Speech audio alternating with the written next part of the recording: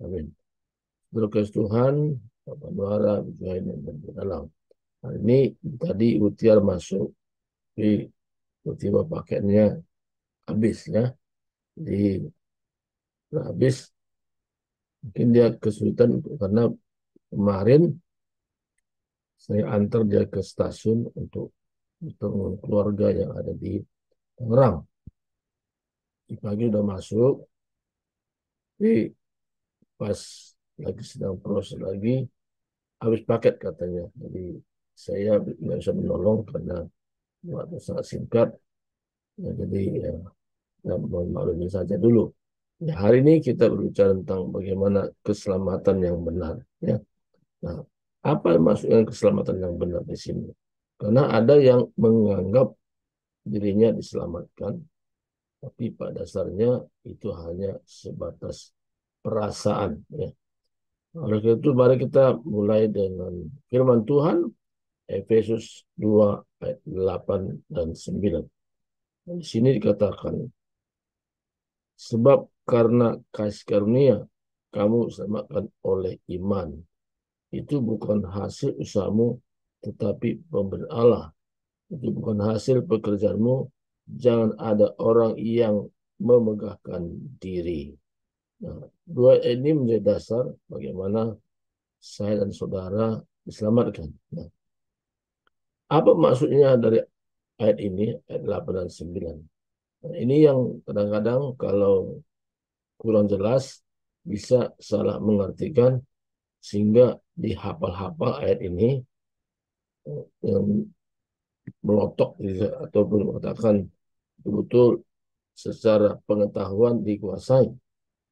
Dengan pengetahuan itu dia perasaannya yakin bahwa dia sudah diselamatkan berdasarkan kasih karunia. Nah, dan tidak mengarah kepada kebenaran yang sesungguhnya karena kebenaran itu selalu ada dua sisi. Nah, satu sisi yaitu tentang kasih karunia, satu sisi yaitu tentang kebenaran. Nah, Yesus adalah wujud kasih karunia yang mana menjadi manusia, diam di antara kita. Ayatnya saya baca dalam Yohanes pasal yang ke-1, ya, supaya kita memahami ini dasar kita. Firman itu telah menjadi manusia, Yohanes 1 ayat 14. Dan diam di antara kita, dan kita telah melihat kemuliaannya, yaitu kemuliaan yang diberikan kepadanya sebagai anak tunggal Bapa, penuh kasih karunia dan kebenaran. Penuh kasih karunia. Penuh artinya betul-betul 100%, ya.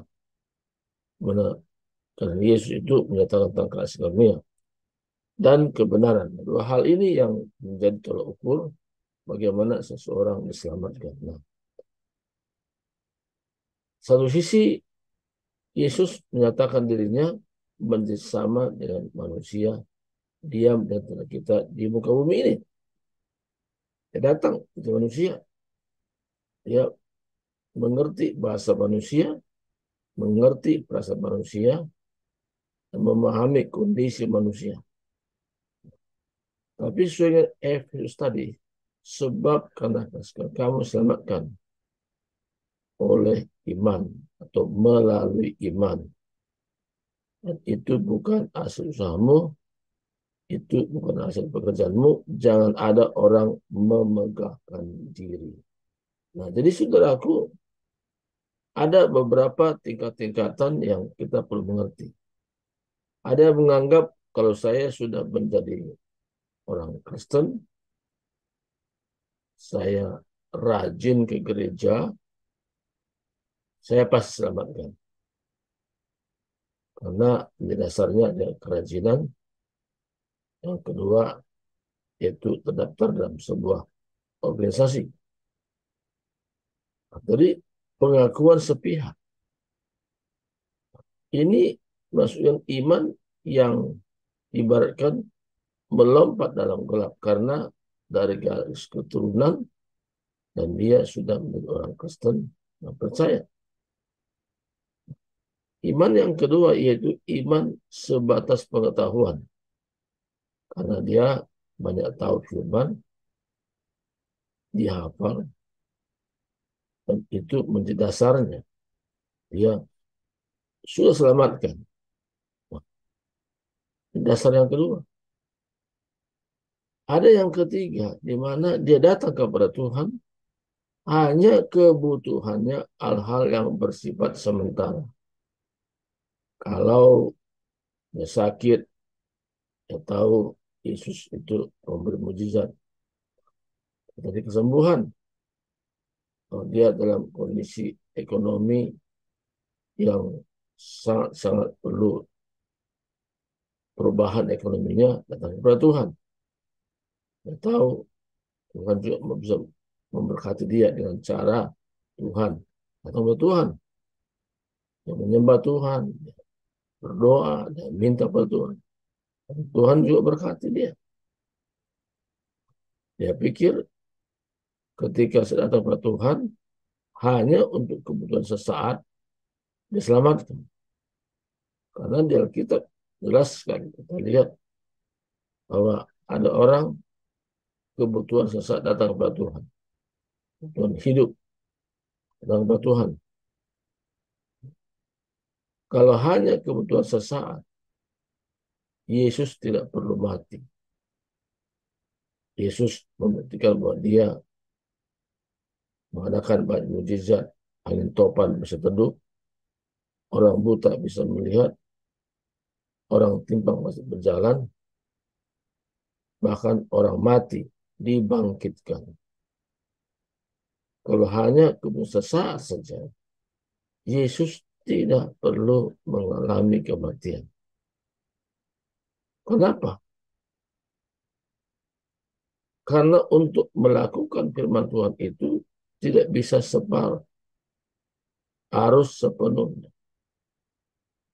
Tuhan katakan, kuduslah kamu sebagaimana aku kudus. Jadi untuk mencapai kekudusan ini tidak bisa manusia kudus karena usahanya, karena pekerjaannya. Perbuatan baik seseorang tidak bisa menyelamatkan. Itulah sebabnya maka kita butuh Yesus. Hanya Yesus sebagai jalan, kebenaran, dan hidup. Dan seorang pun sampai ke surga kalau tidak melalui Yesus. Nah, makanya pertama-tama kita memiliki iman yang benar, bukan kebutuhan sesaat. Apa arti iman yang benar? Iman yang benar artinya mengandalkan Yesus sepenuhnya untuk mewarisi hidup yang kekal, bukan kebutuhan sesaat. Jadi ada satu penyerahan total kepada Tuhan. Maka orang yang sudah mengalami keselamatan itu, dia rindu untuk bersekutu dengan Tuhan. Dia rindu membangun komunikasi dengan Tuhan. Dia rindu akrab dengan Tuhan karena rohnya hidup. Dari kehidupan roh yang orang diselamatkan, kerinduannya bertambah daripada sebelumnya. Dia mengalami satu pembaruan karena siapa dalam Kristus? Ia adalah ciptaan baru, yang lama sudah berlalu, sesungguhnya yang baru sudah datang. Artinya yang lama berlalu. Apa yang lama di sini?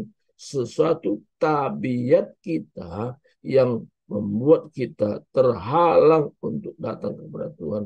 Itu berlalu. Tabiat kita tabiat dosa yang diwarisi melalui nenek moyang kita. Nah, jadi itu harus berlalu. Saya tidak jabarkan apa saja daftar-daftarnya. Tapi kita tahu apa yang menghalangi kita untuk dekat dengan Tuhan itu berlalu. Sesungguhnya yang baru sudah datang. Apa yang baru? Yang baru yaitu kehidupan Kristus, sifat-sifat Kristus itu pula menjadi nyata. Karena kerinduan kita melekat dengan Tuhan, kerinduan kita untuk menyatu dengan Tuhan, kerinduan kita untuk bersekutu dengan Tuhan, dan roh kita, roh yang menyala-nyala. Nah, roh kita bukan seperti asal biasa saja seperti orang lain. Roh kita, roh yang membangkitkan, bergairah. Itu orang yang sudah mengalami namanya pembaharuan. Jadi orang yang sudah selamatkan itu, kerinduannya akan terlihat juga.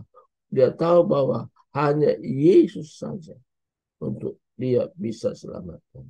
Jadi dari sikap hidupnya pun akan terlihat bagaimana dia sudah selamatkan. Dari sikap dia bersyukur kepada Tuhan karena tidak ada jalan lain bisa selamatkan. Jadi kerinduannya jauh meningkat daripada sebelum-sebelumnya. Ya. Kehidupan orang selamatkan, kehidupan yang sudah mengalami kehidupan baru. Kebutuhannya kepada Tuhan bukan kebutuhan sesaat, tapi kebutuhannya bahwa dia rindu akrab bergaul dengan Tuhan. Nah, karena kita bisa kudus, kita bisa benar-benar hidup seturut dalam Tuhan, bukan karena usaha kita. Kalau kita lihat dalam Yohanes pasal yang 17, ayat 17 katakan, kuduskanlah mereka dalam kebenaran, firman-Mu adalah kebenaran. Jadi kerinduan kita kepada Tuhan melalui firman-Nya jauh meningkat. Jadi yang kita pikirkan adalah apa yang rencana Tuhan. Bukan apa rencana aku, tapi apa rencana Tuhan melalui kehidupan saya. Jadi kita berdoa, yaitu supaya rencana Tuhan, supaya kehendak Tuhan semakin digenapi melalui kita. Sehingga kita berdoa supaya minta, supaya kuasa Tuhan itu semakin nyata. Apa yang menjadi suara Tuhan itu semakin nyata. Kita bisa menjadi pelaku-pelaku firman Tuhan. Karena kita tahu, hanya bersama Tuhan kita mampu menjadi pelaku firman Tuhan. Di luar itu, kita tidak mampu buat sesuatu apapun. Karena Tuhan katakan, jika kamu tinggal dalam aku dan firmanku tinggal dalam kamu, minta. Apa yang kita minta? Pertama, kita rindu supaya saudara-saudara kita, sahabat kita, keluarga kita diselamatkan. Sebagaimana Tuhan sudah selamatkan kita. Jadi kerinduan itu begitu dalam. Jadi itu menjadi satu topik doa kita dalam kita berhubungan dengan Tuhan.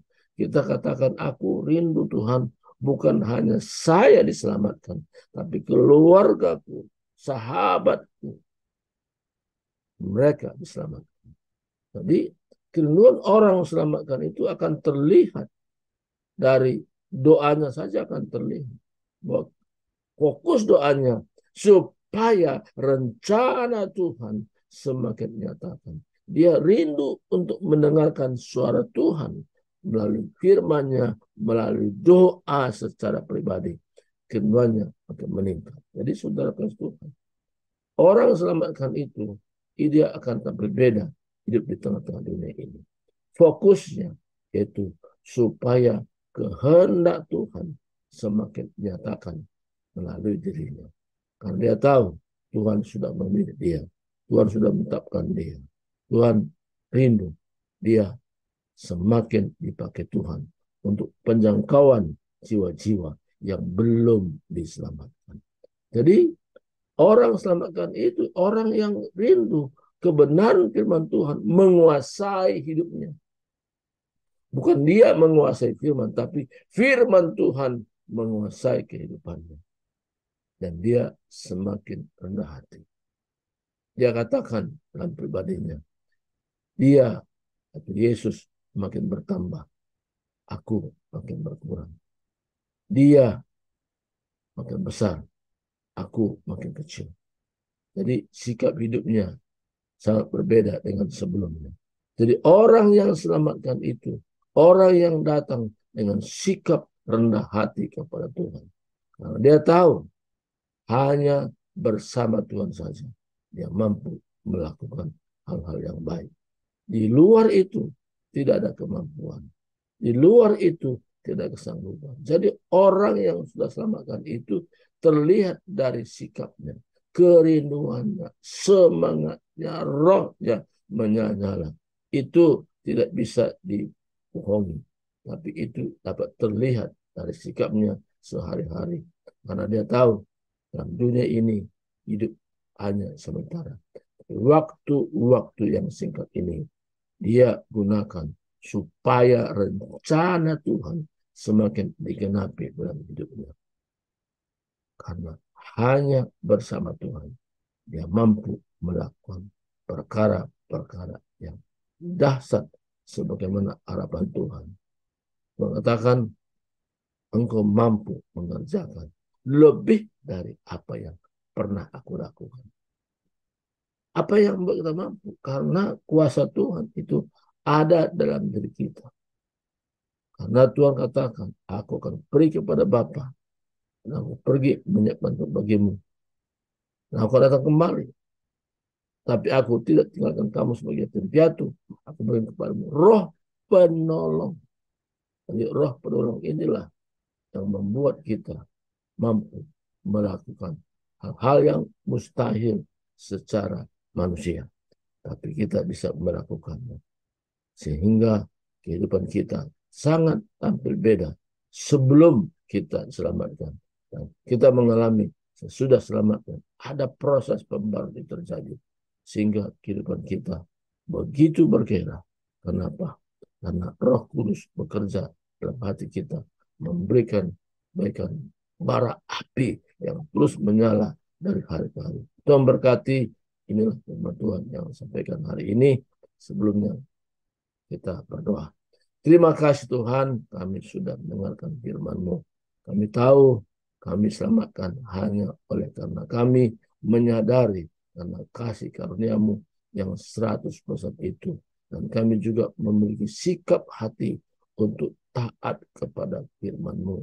Kami rindu agar hidup kami menyatu dengan Engkau. Karena kami tahu hidup yang kami hidupi sekarang ini, kami tidak mampu berbuat suatu apapun yang baik tanpa Tuhan.